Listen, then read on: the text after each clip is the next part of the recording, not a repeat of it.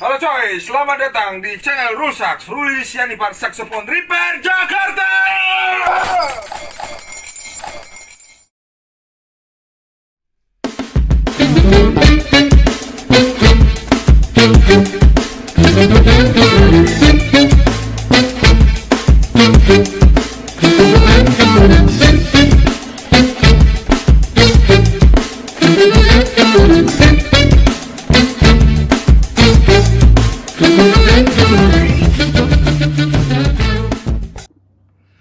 Halo cekak-cekak sabu hitam para master semuanya. Waduh, kali ini Ruli Sianipar kedatangan tamu terhormat Pak Wiwit. Beliau kalau dibilang sih beliau ini udah senior lah ya main saxophone. Dan kenapa aku tertarik mengundang beliau? Karena ada sesuatu hal yang sangat penting untuk dibahas tentang saxophone kali ini. Oke, kita sambut Pak Wiwit. Bapak Wiwit, selamat datang. Apa kabar, Pak? Baik. Wih, baik. Sehat ya? Sehat, amin. Udah makan, Pak? Kemarin sudah. Siap. Hari ini masih baru rencana mau makan nanti. Oh iya, belum ya. Oke, Pak Wiwit umurnya berapa tahun, Pak? Saya ini sudah lewat 50 ya. Tepatnya 58 ya tahun ini sudah. 58 ya. Masih kelihatan nggak terlalu tua kan. Udah waktunya pensiun ya. Udah pensiun, Pak? Sudah, resminya sih sudah. Cuma Sudah. ya karena orang kan nggak boleh langsung berhenti kan katanya. Suruh pelan-pelan cari kegiatan dulu. Ya, biar tetap menyambung hidup gitu. Oke, jatuh cinta pertama kali kepada saxophone itu kapan ya, Pak? Sebetulnya saya tuh kenal saxophone pertama tuh awalnya nggak sengaja ya. Waktu itu Krismon 98, ingat kan? Wih, udah 98. udah Mungkin lama. ada beberapa yang baru lahir kali ya waktu itu ya. Waktu itu saya tuh kehilangan kerjaan waktu Krismon itu. Oh. Di rumah bengong mau ngapain gitu. Tadi saya kan di bank. Terus di rumah nganggur. Jalan-jalan ketemu ini kakak kelas saya dulu SMA. Mas Anton. Oh, Anton. Mas Anton rumah tiup, ya? rumah tiup itu. Ngobrol sana ngobrol sini, dia waktu itu bilang kita kumpul-kumpul sama teman-teman SMA gitu. Ya sudah, saya terus ke rumahnya. Kaget tuh di rumahnya. Isinya saxophone semua kan. Iya. Saya langsung keinget tuh. Dulu orang tua saya tuh kan senangnya memang musik-musik melo ya, sama yang ada saxophone itu. Saya ingat tuh, wah ini katanya keren juga nih kalau bisa main ini gitu. Ya, terus ditawari itu sama dia. Nawarnya bukan ngajari utama, ya namanya pedagang, suruh beli. Suruh beli tapi bilang gratis ngajari, dia bilang gitu. Oke, saya bilang langsung hari itu saya ambil satu, nggak mikir karena nggak tahu, ya udah dia saudari sambil kalau nggak salah mereknya Weril tuh ya. Weril. Dia bilang bikinan berhasil waktu itu. Ya. Warnanya silver itu. Diajari setengah jam bunyi udah. Nah, ya kebetulan kan saya juga punya sedikit dasar musik ya. Jadi udah ya bisa mainkan lah. Udah bisa mainkan minimal not. Meskipun waktu itu mungkin nggak mulus mainnya. Udah seneng banget tuh, bisa bunyinya udah seneng banget tuh. Nah, udah pulang. Awalnya diracun Pak Anton itu. Udah pulang. Sampai rumah maunya pamer ke istri kan. Wah, ini punya keahlian baru. Bener-bener nggak bunyi tuh. Puff. Bener-bener nggak bunyi tuh. Ngalah ya marah lah istri. Ini udah nganggur, nggak punya kerjaan, buang-buang uang. Udah daripada bertengkar kita simpen aja tuh barangnya. Udah itu sampai lama tuh, akhirnya tahun berapa ya, 2004 lah kira-kira, pas kita renovasi rumah udah mulai nata hidup lagi, udah mulai normal lagi. Baru inget tuh tukang yang nemuin tuh saxophone di atas lemari. Udah berdebu di atas casingnya itu. Nah dari situ tukang, Pak ini alat apa nih Pak, bilang itu, mau diminta sama dia, bilang, oh baru inget tuh barang mahal, bilang. jangan saya pakai lagi. Nah kebetulan di kantor kan ikut apa ya, main band lokal ya sama anak kantor. Nah, mulai coba-coba pamer ya. Pada itu anehnya begitu niup lagi, bunyi lagi tuh. Dan langsung bisa apa, maksudnya bisa menyatu sama bandnya sama lagunya ya. Padahal terus latihannya juga nggak pernah seberapa tahun tuh ya, hampir 4 tahunan vakum kan, sama sekali nggak main musik, nggak main apa. Jadi kira-kira kayak gitu tuh kenalnya. Berarti udah lama banget ya, dari 98 paling beberapa tahun dibiarin terus aktif lagi sampai sekarang. 6 tahunan kan. 4 tahun 6 tahun lah. Lama banget. Oke, kita waktu kemarin cerita-cerita sakit jantung, Pak. Bapak sakit jantung?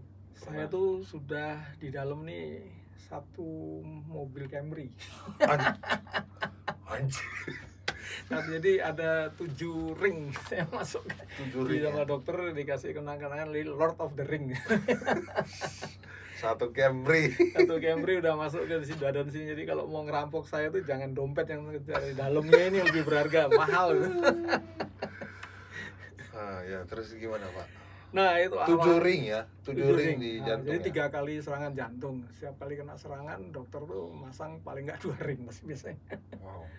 1 ring berapa Pak? 1 ring waktu itu kebetulan saya kan ditawari yang teknologi baru tuh, yang katanya ring itu langsung apa, nanti setelah berapa bulan dipasang dia akan larut menyatu dengan pembuluh itu. Saya dari Jerman itu, 1 ring tuh harganya 125. Itu pribadi apa ada bantuan? Kebetulan dibantu kantor ya. Jadi saya waktu itu ya nggak mikir aja, cari yang terbaik. Gitu. Jadinya seperti itu. Mantap. Jadi kalau biaya sendiri ya mikirnya mungkin nggak sampai sakit jantung. Karena waktu itu mikirnya sudah dibiayai kantor kesehatan, ya udahlah apapun kita jalankan waktu itu kan. Namanya juga umur waktu itu masih ini ya. Saya kena pertama tahun 2014 tuh. 2014. Iya. Itu padahal waktu itu lagi saya hot-hotnya, seneng-senengnya lagi ngeband main saksofon itu. Iya. Lagi seneng-seneng itu kena itu, aduh. Dan gejalanya memang waktu itu ya kayak orang-orang sakit mah itu, sakit perut ya. Oh iya, gejalanya sama kayak sakit mah ya? Kayak lambung itu, lambung kayak mah itu. Cuma asam lambung? Kayak asam lambung persis, sama. Dan nembus sampai ini, cuma bedanya dia nembus sampai punggung. Kayak pegel ngilu gitu di punggung. Saya pikir tadinya masuk angin biasa. Bernapas bisa? Sesek napas, agak sesek napas. Ya? Mulai sesek napas apa segala. Dan sering apa, semutan itu. Terutama di telapak ya. Dan jalan sampai pundak sini. Nah waktu serangan hari itu memang langsung kayak kita udah nggak berdaya apa-apa itu. Jadi semua mati rasa, mata blur. Cuma taunya kita sadarnya cuma di rumah sakit aja udah. Begitu ya. Kondisinya seperti itu. Udah bawa ke ICU, harus nginep semalam kan, nggak bisa langsung digarap itu. Distabilkan dulu, baru besok malamnya digarap tuh, dipasang ya 2 tuh dipasang. Tengah-tengah masang itu kan kita dikasih meja, cuma tempat tidur kecil tuh, nggak bisa gerak. Jadi ibaratnya di bedah gitu? Enggak, kebetulan saya lewat ini apa, dengan cara kateter kan. Pertama dicoba lewat tangan ini, tangan kiri, kanan tangan dimasukkan kayak itu apa, rem itu loh, apa, kawat rem motor itu. Gitu ya? Iya kan. Jadi masuk ke pembuluh ini, ngikuti aliran ini. Ya memang waktu ngilunya cuma waktu di sampai sini, sampai lengan, tapi sudah begitu udah lewat sini udah nggak terasa udah. Itu Bapak sadar? Harus sadar, karena kalau ini bedanya dengan orang yang bypass jantung. Ibaratnya gini, kalau kita cuma pasang ring kateter itu nyawanya tuh masih tergantung dengan badan kita sendiri itu. Jadi badan kita, kesadaran kita menentukan nyawa tuh masih akan bertahan nggak. Tapi kalau orang bypass jantung yang dibelah ini dada ini, gunting itu tulangnya, itu nyawanya tergantung mesin, dipindah ke mesin tuh. Gitu ya. Nah itu bisa, makanya harus dibikin sadar terus, disetelkan kan, disuruh pakai headphone.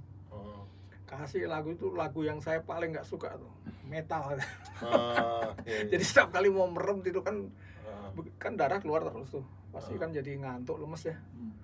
Tapi karena diganggu lagu itu jadi melek terus kan. Kebetulan di sebelah ini juga ada satu perawat laki-laki yang memang tugasnya bangunin terus ya, ngingetin terus deh. Dan saya lihat di monitor tuh prosesnya, masuk sampai sini kelihatan titik-titik penyumbatannya itu kelihatan.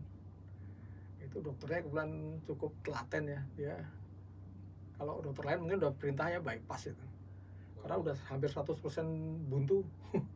Oh iya. Makanya puji Tuhan masih dikasih kesempatan kedua. Itu nah langsung dipasang 2 itu.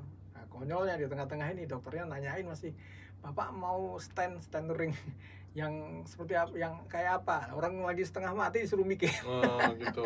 Dia bilang, ya mungkin dia juga pertimbangan faktor biaya kali ya. Cuma kenapa nggak tanya kemarin?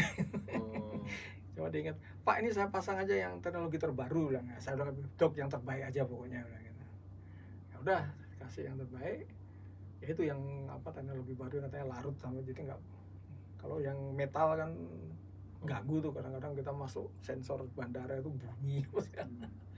Nah ini dikasih yang memang istilahnya non permanen istilahnya. Nah udah pasang 2, saya hampir 1,5 bulan tuh.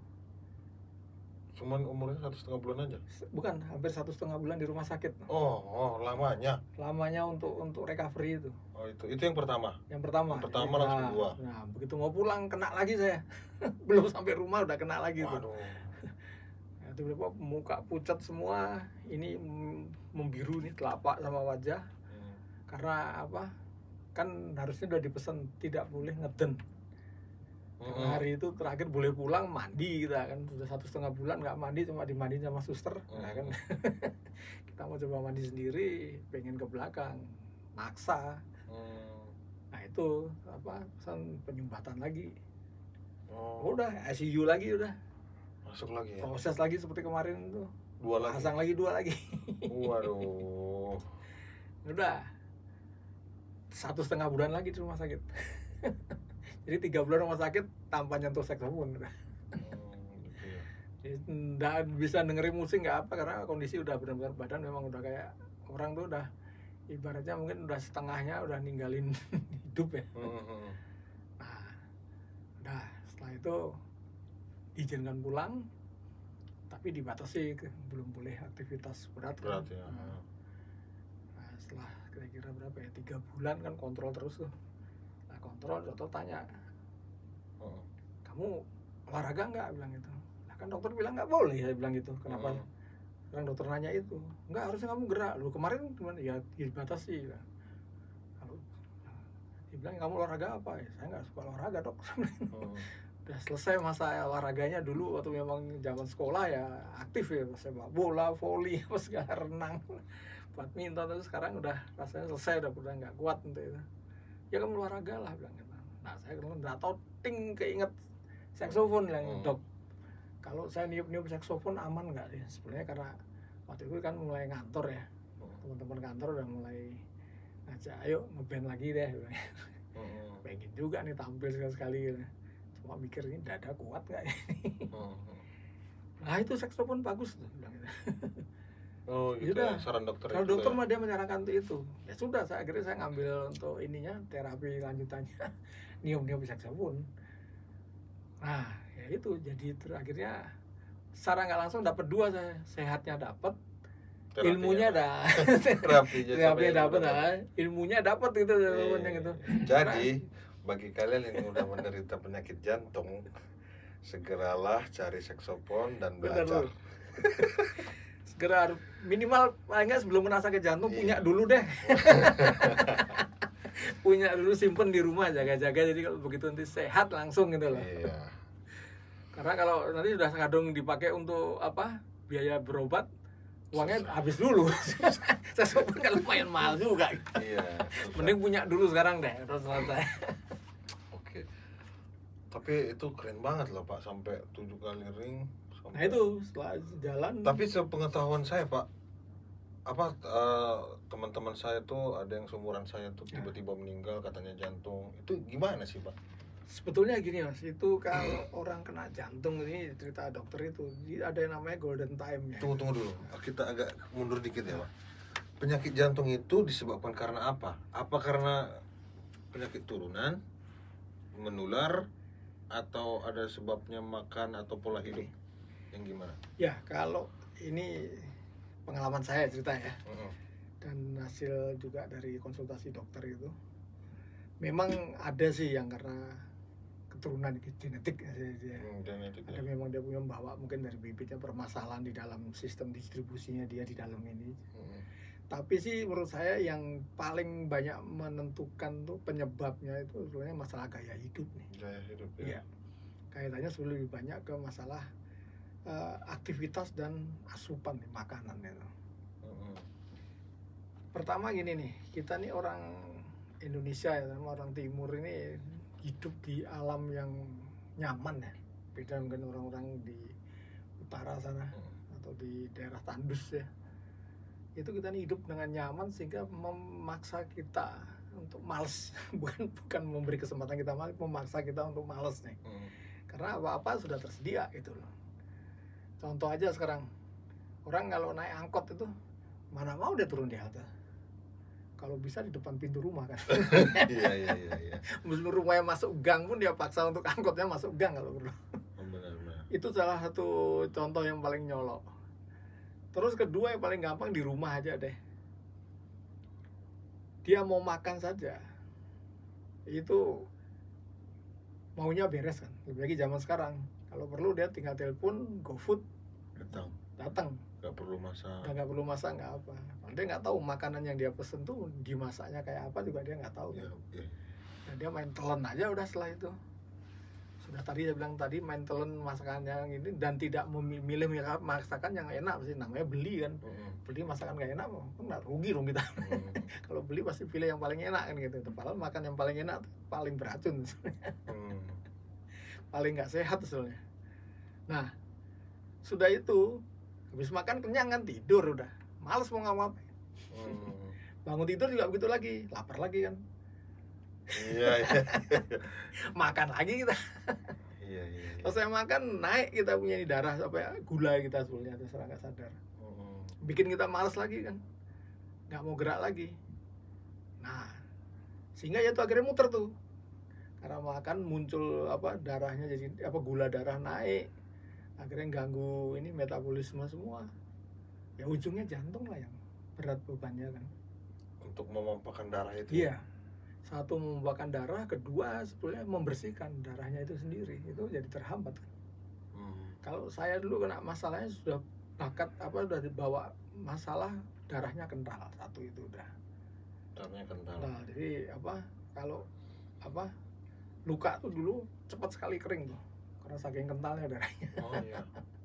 Nah itu otomatis kayak kamu bayangkan kalau yang itu selang saya di mobil itu, kalau selang dia yang lewat bensin kan dia lancar tuh karena cair kan. Coba kalau oli yang kamu masukkan tuh kan berat tuh. Nah yang terjadi saya tuh oli tuh masuk dalam itu. Oh gitu. Jadi darahnya tuh bukan air tapi oli gitu loh. Itu satu. Terus kedua, saya punya bakat dari keturunan gudang gula. Oh dari sananya. Iya, dari genetiknya memang gula, punya keturunan masalah gula kan. Itu menambah kepekatan darah kan. Oh iya. Kental jadinya. Kental lagi, sudah tadi darahnya bawaannya memang kental. Udah tambah itu. Ketiga, kolesterol nih. Karena makanan tadi nggak teratur itu. Itu bikin tambah ya. Bayangkan aja berarti yang didorong oleh jantung itu bukan lagi cairan, tapi sebetulnya pasta kan. Iya. Nah, kamu bayangin kalau jantung kamu ya cuma 1 jam 2 jam untuk dipaksa itu kan nggak masalah. Tapi kamu berhari-hari gitu kan terus jantungnya. Terus ya, gimana nggak jebol? Gitu ya. Kalau olahraga itu ada membantu nggak itu? Nah, olahraga itu bagus untuk mencegah. Sebelum kena. Jadi sebelum kena. Jadi kalau memang dia kan sebetulnya secara nggak langsung memaksa semua organ kita ini bekerja ya, secara balance dengan olahraga itu. Jadi ibaratnya dia membersihkan semua ini jadi sehingga organ-organ tubuh itu siap bekerja dengan normal gitu loh, bukan bekerja dengan berat kan. Jadi artinya hanya bagus untuk pencegahan. Tapi kalau kamu udah kena olahraga itu malah berat. Jadi kalau udah memang kena masalah jantung sebaiknya sih ya jangan. Artinya bukan jangan olahraga, tapi jangan olahraga yang terlalu berat. Pilihlah olahraga yang apa? Yang tidak membebani organ kita. Contoh tadi saksofon tadi ini. Karena saksofon itu kan sebetulnya kalau tahu pas tekniknya kan nggak berat, orang bayangin alatnya berat, niupnya pasti berat, padahal enggak kan. Dan kedua happy kita kan itu niup dengan niup itu sendiri udah membantu. Namanya orang happy itu penyakit itu menjauh. Ya benar. Oke, kita dengarkan dulu lah tiupan manis dari Bapak Bibit. Oke, ini tiupan karena sesuai dengan usianya ya, jadi kita hanya kenalnya lagu-lagu. Ngomong-ngomong ini saksofon pertama ini saksofon yang ke berapa ya? Ini saksofon yang ke-5 ini. Kelima. Pertama tadi Weril, Kedua. terus Lincoln, terus Antonio, saya lupa satu lagi apa, baru ini nih. Terus yang terakhir kemarin yang Selmer Taiwan itu. Selmer banyak ya? Selmer ada 2, 3. 3, satu set lah itu dari mulai sopran atau tenor. Semuanya servis ke sini ya. Nah, semua sini karena ya itu saya tergoda di YouTube-nya. Enggak lah. Sama dia niup ini bariton itu pikir. Iya. Wah, ini orang segede ini niupnya gede ya. Gitu ceritanya. Oke, kita dengar dulu lah. Oke, coba satu penggalan aja ya. Asik.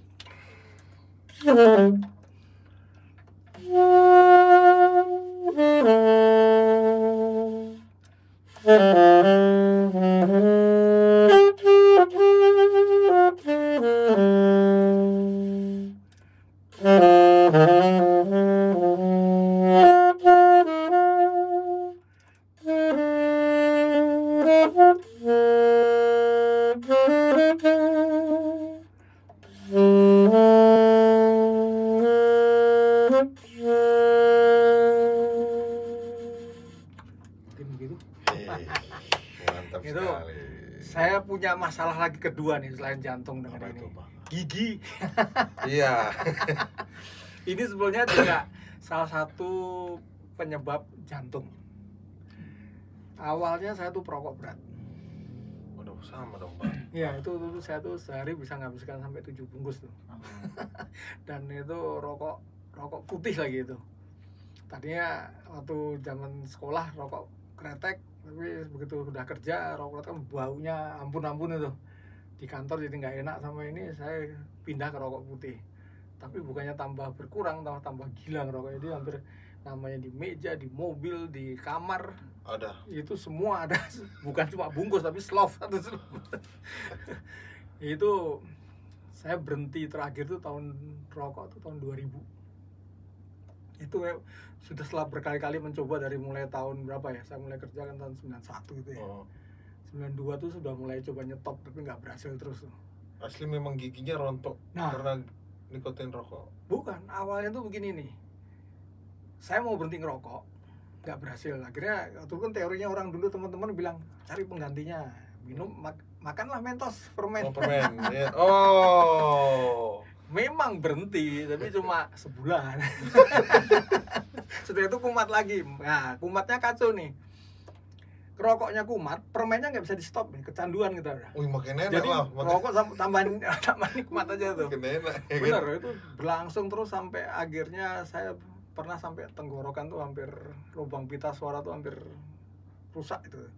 Dokter udah mau kira-kira tahun 95 atau 96 gitu. Dokter mau ultimatum, kamu pilih berhenti ngerokok atau habis itu kamu bisu. Udah benar-benar saya coba stop. Nah, ya tapi waktu itu masih caranya ngurangi aja gitu. Cuma bertahan 6 bulan ternyata. Kumpul-kumpul sama teman lagi ya sudah. Lebih parah lagi ternyata. Itu yang saya bilang tadi. Oh, itu nggak mempengaruhi Bapak ultimatum dokter tadi? Lupa, udah kumpul sama teman kan nggak ingat. Dokter kan kalau pas sendirian gitu sakit itu wah dokter, tapi kalau udah sehat kan temen yang ingat. Iya. Nah kayak gitu tuh, itu yang terjadi seperti itu tuh. Nah setelah itu saya sempat waktu itu tekanan darah kan kacau tuh, naik tinggi.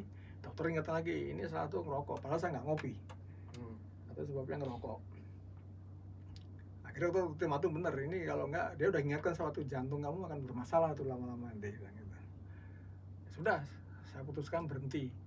Dan waktu itu memang dokter bilang kalau mau berhenti sekalian, jangan pakai apa istilahnya, mengurangi itu jangan pakai teori itu gitu. Tahun 2000 tuh saya benar-benar stop tuh. Memang yang berat tuh 6 bulan pertama itu. Apa habis makan tuh ngerokok kan nikmat. Nah itu saya paksakan tuh 6 bulan. Akhirnya 1 tahun saya bisa benar-benar bersih rokok ya. Nah, tahun kedua tuh sempat hampir tergoda lagi tuh. Nyoba atau 2 batang ya karena kumpul teman-teman kan akhirnya. Kenapa ya Pak? Rokok ini kok susah kali ya? Sebetulnya di sini kita nih. Karena di pikiran kita tuh udah kalau namanya kecanduan tuh kan yang sebenarnya yang mempengaruhi kita tuh bukan karena rasanya kan. Kalau orang objektif rokok tuh nggak ada enaknya belas sama sekali kan. Tapi kalau di pikiran kita udah bilang nikmatnya merokok. Jadi bukan rasa enaknya rokok, nikmatnya rokok. Nah itu udah akhirnya apa? Kalau udah pikiran yang ganggu kita, itu udah kita nggak bisa mengendalikan. Nah akhirnya waktu itu saya cari kegiatan lain ya diantaranya ini bermusik ini dengan saksofon ini. Kalau udah kadang saya lupa tuh, kalau misalnya hari Sabtu, Minggu libur tuh bisa dari pagi sampai malam itu nyebul terus. Nah itu udah bantu ngurangi banget tuh. Akhirnya sampai sekarang saya benar-benar bersih tuh. Malah kadang-kadang di situasi tertentu kalau lihat orang rokok tuh rasanya kayak pengen marah gitu. Kayak terganggu gitu. Jadi banyak banget fungsi saksofon ini ya men. Yang pertama tadi terapi jantung. Yang kedua mengurangi merokok. Sekarang coba aja kalau nggak mau ngerokok ambil niup saksofon bisa nggak? Satunya niup, satunya dot bayangin. Yang ketiga pengganti olahraga. Pokoknya banyak lah. Jadi ya maksudnya kita mengundang Bapak Wiwit kemari ya itu kita buat motivasi. Kenapa supaya kalian juga tahu olahraga apa yang harus maksudnya saksofon itu kayak berolahraga gitu. Bukan sekedar hanya alat untuk ini tapi manfaatnya tuh saya jadi banyak asal digali lagi ya tadi itu. Bonusnya sehat lah. Iya, bonusnya sehat. Tapi kalau dipikir-pikir kan kayak melatih pernapasan juga kan Pak? Kan? Pasti. Ada yang nari, niup. Iya, niup nari paling tidak gini, itu membantu kita sebenarnya untuk kalau teori fisiologi itu nggak stres ya. Nggak stres karena apa? Kan sebenarnya kunci pengendalian pikiran dan mental itu kan nafas ya. Kalau kita kayak orang yoga meditasi kan sebenarnya ngatur nafas kan itu.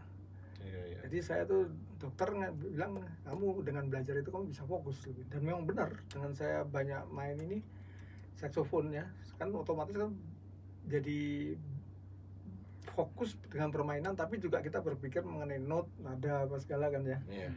Itu hanya bisa kita lakukan kalau kita bisa ngatur napas. Nah kita dapatnya dari saksofon ini sebetulnya. Kapan kita harus niup keras, lembut, kapan kita harus agak nahan, atau kapan kita nggak niup sama sekali. Itu kadang susah kan, lebih kalau di tengah band itu pengennya semua tampil kan. rebutan mengeluarkan suara gitu loh. Tapi kan kita harus bisa nahan juga, oh enggak di sini gitu. Nah itu fungsinya selain jadi dari jantung, nafas juga lagi tadi itu kesehatan. Pokoknya banyak lah. Oke, Bapak ini pakai motif apa Pak? Saya pakai Jody Jazz yang Hard Rubber 7 ya. Hard Rubber. Kalau ligatur? Ligaturnya ini Versa, ya pakai Versa. Hofner Versa. Keren. Karena kelihatannya yang paling pas ini ya.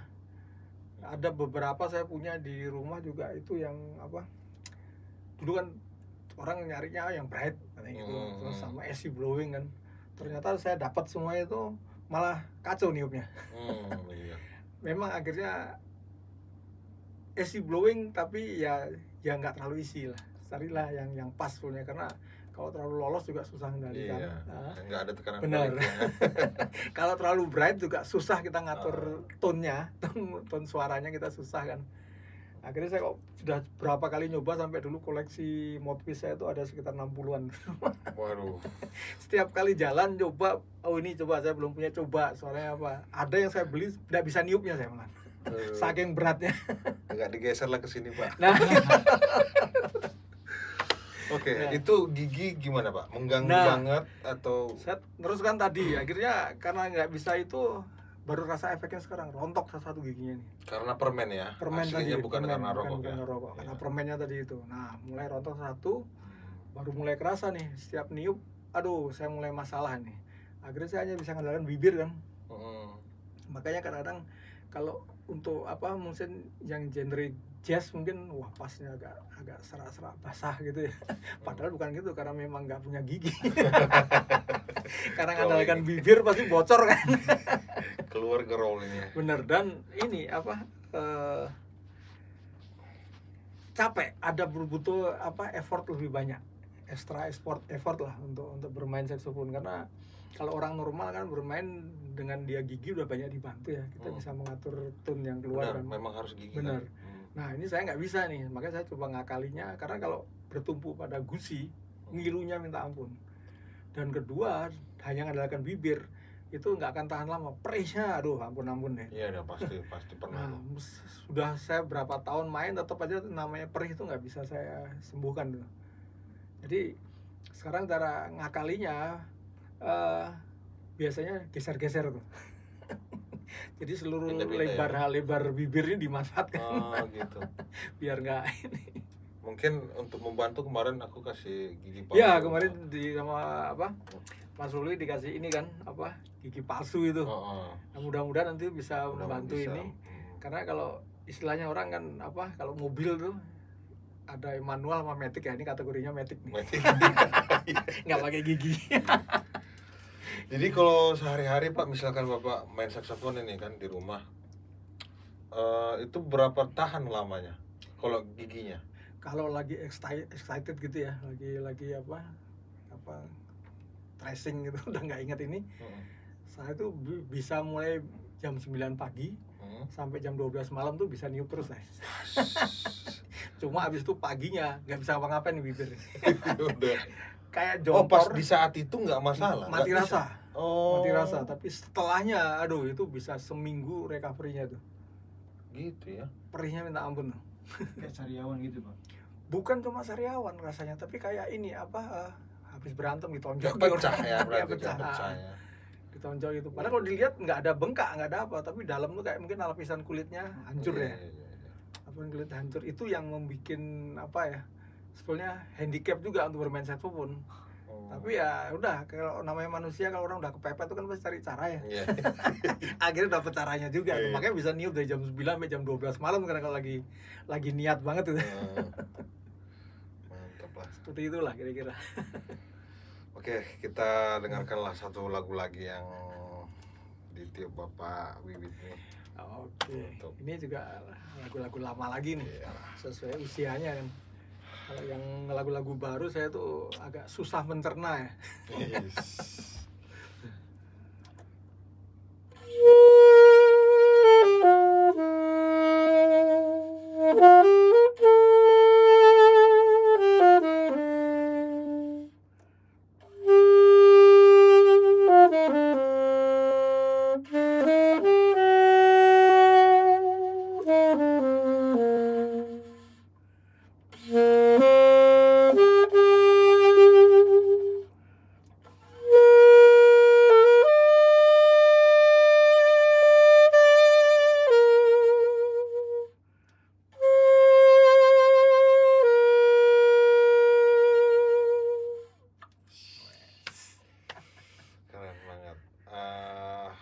Aku sungguh gimana ya, kalau aku pribadi Pak tertarik banget dengan pembahasan waktu pertama kali Bapak, dan aku kaget Bapak tuh udah 7 kali ring gitu kan main saxophone. Jadi umur 58 kayak ini orang tua hebat juga ya. Gitu ya kan, belum tua kok. Maksudnya ya keren lah Pak. Terus Bapak bilang lagi kalau udah nggak ingat waktu main saxophone tuh dari jam 9 pagi sampai jam 12 malam. Aku pribadi aja megang 2 jam Itu berat ya. udah malas, apalagi Ya mungkin karena kebantu suasana ya. Di rumah tuh apa iseng bikin studio kecil ya. Tadinya sih rencana karena untuk undang teman-teman kantor untuk ngeband di rumah gitu. Tapi karena akhirnya jarang kepake, ya udah saya bikin aja sambil karena sekarang lagi temen belajar apa recording. Oh. Ah. Iya. Kayak itu nyoba. Jadi saya nyoba Sendiri, Pak. Operator sendiri juga? jadi mulai dari persiapan sampai upload ke YouTube tuh sendiri saya lakukan semua. Oh iya, ada YouTube-nya juga. Ada Pak. Mas Fit, Apa tuh? channel Mas Fit, Oh, Mas Fiat Mas Fiat, ya. ya. Oh, Itu apa ya, sambil hiburan lah untuk ngisi waktu pensiun juga nih. Wis. Balancing, jadi mikir serius, otak kiri kanannya seimbang semua kan jadi. Hei, mantap. Oke. Oh, ini sebelum ditutup, Pak. Bapak ada rencana mau upgrade saxophone lagi? Kalau pengen masih. Total saxophone Bapak ada berapa biji sekarang? Berapa ya saya? Itu yang tadi Selmer satu set kan 3. Ini 1. Yang ini yang biasanya saya pakai untuk kalau perform. Terus ada yang apa? Baby sax itu 1. Nah, 1 tinggal itu, lainnya kemarin udah saya lepas karena terus terang saya termasuk jorok ya, agak males ngerawat. Berarti Jadi 5 ya sayang. saxophone Bapak? Sekarang ada 5 ya. Wih, keren. Ada 5 untuk ininya. Tapi yang paling sering saya pakai sebetulnya tenor. Tenor ya? Lagi nggak tahu nih, saya udah selama pandemi ini kok lebih nyaman pakai tenor saya, entah dari soundnya juga dari ininya ya, fingeringnya. Rasanya kok pakai yang alto gini nih apa? Kayaknya terlalu anak muda. Jadi kayak lincah banget gitu. Iya. Kalau tenor kan agak lebih ringan. Ya aja. agak slow, agak mellow gitu. Mantap. Oke, demikian dulu channel Ruli Sanipar bersama Bapak Wiwit yang sangat banyak memberikan informasi tentang kesehatan dan musik saksofon dan yang lainnya. Semoga video ini banyak bermanfaat bagi kalian. Semoga kalian bisa terinspirasi dengan kita membuat video ini. Dan sampai jumpa dengan video kita berikutnya. Bye. Oke.